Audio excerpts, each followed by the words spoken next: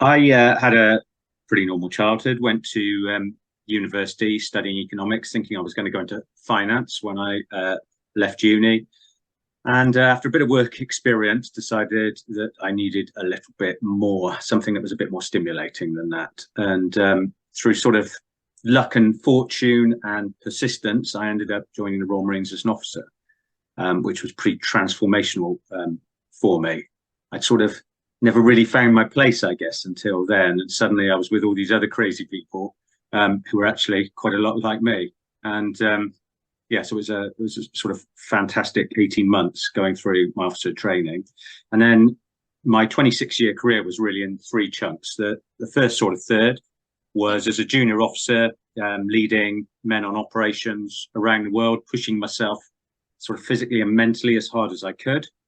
And then the middle third of my career, I was sort of becoming the sort of middle ranking officer. I spent my time becoming an operational and strategic planner, working in big headquarters, writing strategy, going out to countries where there was the potential for crises and putting together contingency plans and working those up so they were on the shelf ready to go. And then I also found myself getting involved in things like the London Olympics. And I ran the generation of all the Army's manpower for the London Olympics, which was 12,500 soldiers in the end. So yeah, pretty big operation, and something we weren't necessarily expecting to be quite so large at the time, but all pretty interesting and quite demanding and stressful as well. Things happen in ways you're not expecting, and then in many ways, I think it was far more stressful than being on operations where you're there physically doing stuff yourself, and your whole fight flight instinct is taking over, and you're just doing it without thinking too much. It's quite instinctive, and a lot of it comes down to the training. But when you're there sat behind a computer trying to manage these massive complex problems, which have often ended up in the MOD and defence because nobody else was able to work out how to do them, you've got a direct line to number 10 and you're trying to fix them. It's pretty challenging, and I learned a lot about people particularly, and things like stress and resilience as well. Probably more so there, ironically, sat behind a computer than I did when I was actually out on the ground doing the stuff where my life was at real risk. And then the latter stage of my career, I became sort of a more senior leader and became a leadership and development specialist, really, across the Navy and specifically the Royal Marines, looking after the Navy's training of all of its young people and its recruiting, and even our cadet forces. And then my last job was as a chief of staff at our commando training centre, where we train all of our Royal Marines right through from day one recruits through to some quite senior leaders.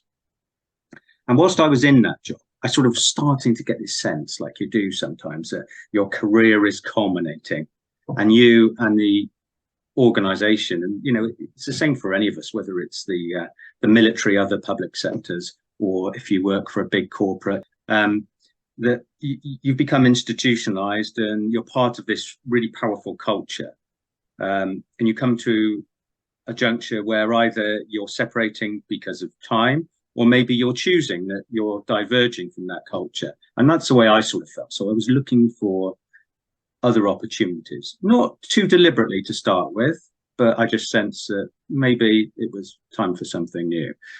And whilst I was there at our commando training centre, you can imagine with a brand like Royal Marines, this really strong, powerful brand, we get a lot of really interesting people coming to see us and asking for a bit of help with things like leadership and resilience, building high performance teams, and so on.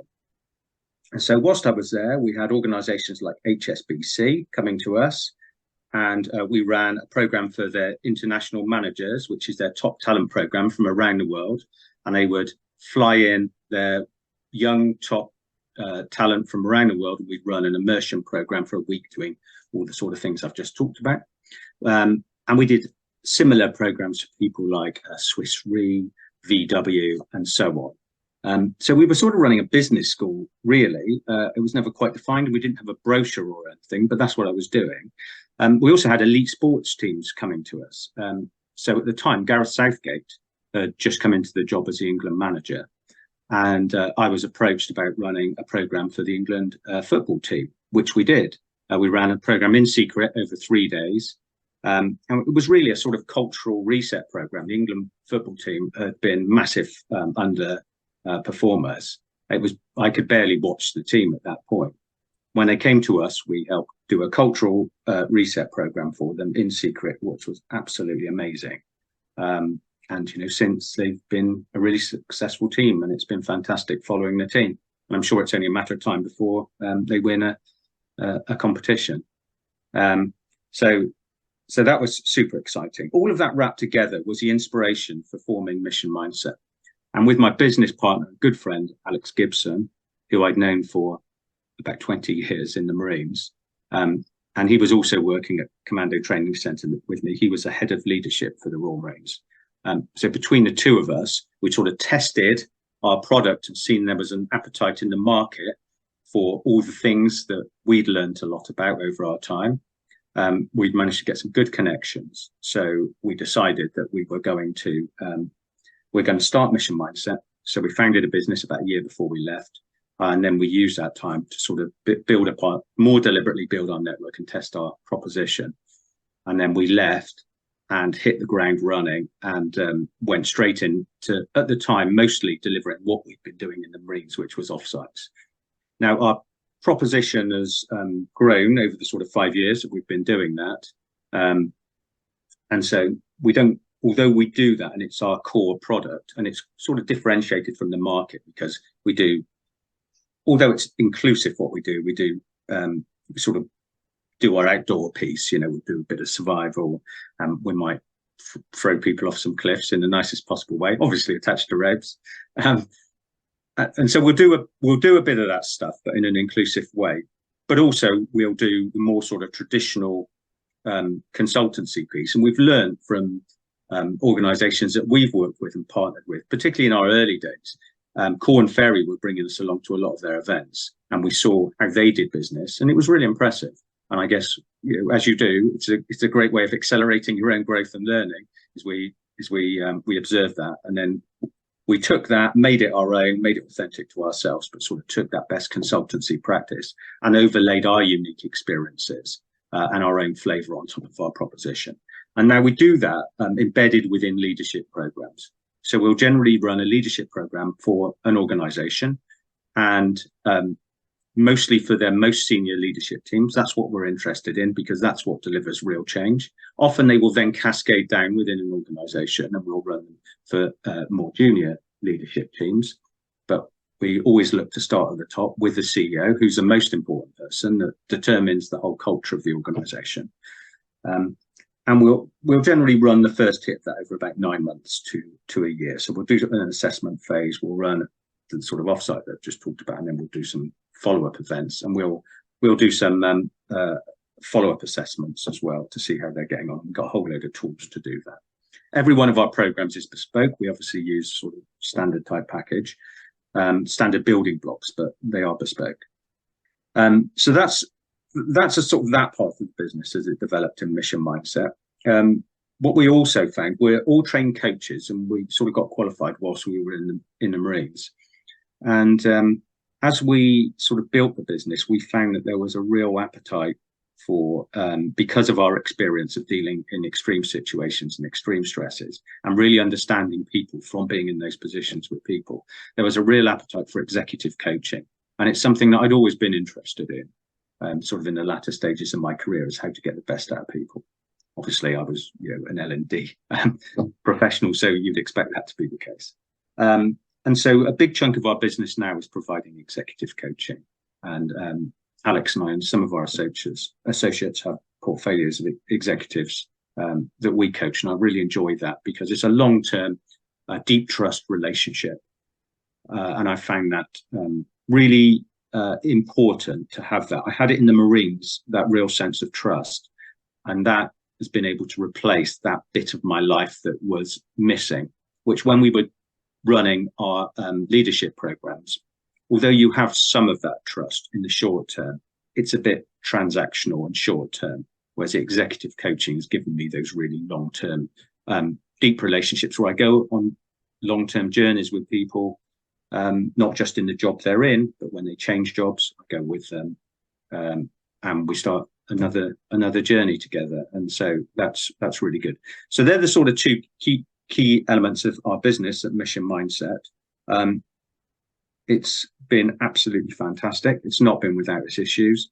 COVID, for a business that was founded on bringing people together, happened about a year after we'd left. At the time, we had contracts all around the world, and everything fell over. We had no income at all for 6 months, and then stuff started coming back.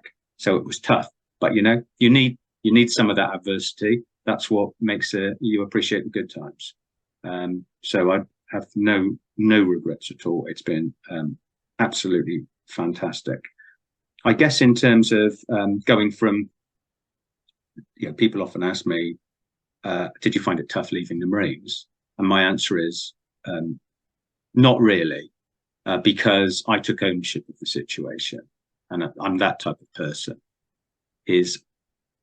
I spent time trying to figure out what the future would look like, and then I came up with a plan, and then I did it at a time and place of my choosing in the way I wanted to do it. I took control of the situation.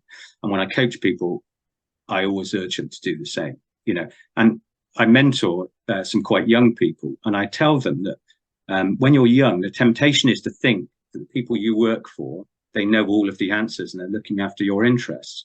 It's not really the case. You need to take ownership of your own life journey. And I'm not just talking about work here, all elements of it. As soon as you can, you have the potential to be much happier and more successful in metrics that really matter in life, positive emotional metrics rather than just financial ones. They're useful as well, but the metrics that really matter in life. So I took ownership of my journey. It didn't go quite to plan, as I've just described, about a year in, but stuff happens, and how you work your way through that, that's part of the rich tapestry of life.